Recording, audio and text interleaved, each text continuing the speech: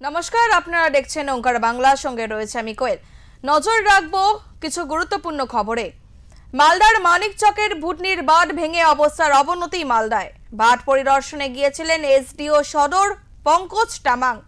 এর আগেই ভুটনির বাঁধ ভাঙা নিয়ে বিস্ফোরক অভিযোগ মানিকচকের তৃণমূল বিধায়ক সাবিত্রী মিত্রের। তার অভিযোগ ছিল ষড়যন্ত্র করে এই বাঁধ কাটা হয়েছে। সিপিএম এবং বিজেপির বিরুদ্ধে অভিযোগ করেছিলেন তিনি। পাল্টা দুর্নীতির অভিযোগ করেছিল সিপিএম এবং বিজেপি। প্রশাসনের এখানকার বিধায়িকার কোনো রকম খেলদোল নাই, দেখতে পাচ্ছেন। আর কিছুক্ষণ বাচ্চা যেভাবে কাজ করা হয়েছিল তারপর তাতে করে ওইটা ভাঙার কথা নয়। আমরা পরে বালির বস্তা দিয়ে বাচ্চাকে আটকেছিলাম। বালির বস্তা দিয়ে আটকাবার পর রাত্রি 4টার দিকে কেউ বা কারা কিছু লোক, এটা কংগ্রেস এবং সিপিএম এবং বিজেপিরা, সিপিএম বিজেপির লোকরা রাজনৈতিক ফায়দা তোলার জন্য ওখান থেকে সমস্ত রকমের মানে 2-3টা বস্তা ছড়িয়ে লিকেজ করে দিল। লিকেজ থেকে জল ঢুকতে ঢুকতে তারপর ওয়াশ আউট হয়ে গেল। তো এইভাবে মানুষকে ভুতনির লোককে ডুবিয়ে দিয়ে এরা রাজনৈতিক ফায়দা লুটাটা ঠিক হয়নি। তাই একজুটিয়াকে দোষারোপ করছে, একজুটিয়ার কোনো দোষ নেই। এর কাজ একজন ইঞ্জিনিয়ার হিসেবে যা যা করা দরকার সেভাবেই কাজটা হয়েছে। এর কোনো রকমভাবে কোনো কিছু হয়নি। এদের একটা ধারণা আছে কাটমানি হ্যানত্যান এসব বলে, ওদের কথা ওরা বলুক, কিন্তু বাঁধটা যারা কেটেছে তাদের শাস্তি হোক।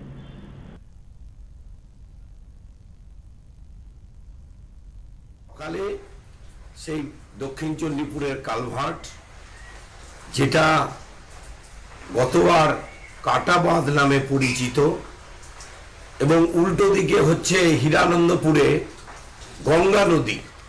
গতবার গঙ্গা নদীর কাটা বাঁধের অংশ দিয়ে জল ঢুকে দক্ষিণ চণ্ডীপুরে জনগণ তখন এই বাঁধটাকে কেটে দিয়ে জলটাকে বের করেছিল।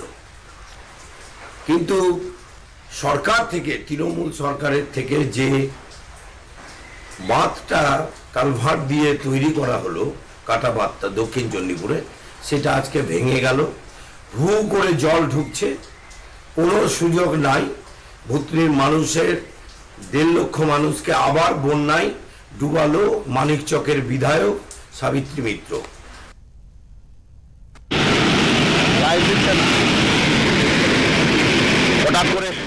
এই মুহূর্তে আমাদের সঙ্গে রয়েছে আমাদের প্রতিনিধি প্রশান্ত দাস। প্রশান্ত, তোমার থেকে জানতে চাইবো যে মালদার মানিকচকের ভুটনির বাঁধ ভেঙেছে, যার ফলে স্থানীয় বাসিন্দাদের ঠিক কতটা সমস্যার মুখে পড়তে হচ্ছে জানাও। দেখো, তোমাকে প্রথমে বলে রাখি, মালদার মানিকচকের ভুতনির বাঁধ ভাঙা নিয়ে বিস্ফোরক অভিযোগ মানিকচকের তৃণমূল বিধায়ক সাবিত্রী মিত্রের। তার অভিযোগ ষড়যন্ত্র করে এই বাঁধ কাটা হয়েছে। অভিযোগ সিপিএম ও বিজেপির বিরুদ্ধে করেছেন তিনি। আর এই পরিস্থিতির জন্য পাল্টা সাবিত্রী মিত্রকে দায়ী করেছেন এলাকার সিপিএম নেতা দেবজ্যোতি সিনহা। রাজ্য সরকারের ভূমিকা নিয়ে সরব বিজেপি ও দক্ষিণ মালদার সাংগঠনিক জেলা সাধারণ সম্পাদক গৌরচন্দ্র মণ্ডল।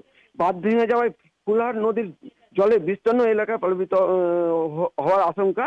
পাশাপাশি এসডিও সদর সেখানে সরজমিনে দেখে বলেন যথেষ্ট ত্রাণ রয়েছে এবং নৌকা দেওয়া হচ্ছে। সেই ক্ষেত্রে যদি কারো সমস্যা হয় আমরা তাদের পাশে রয়েছি।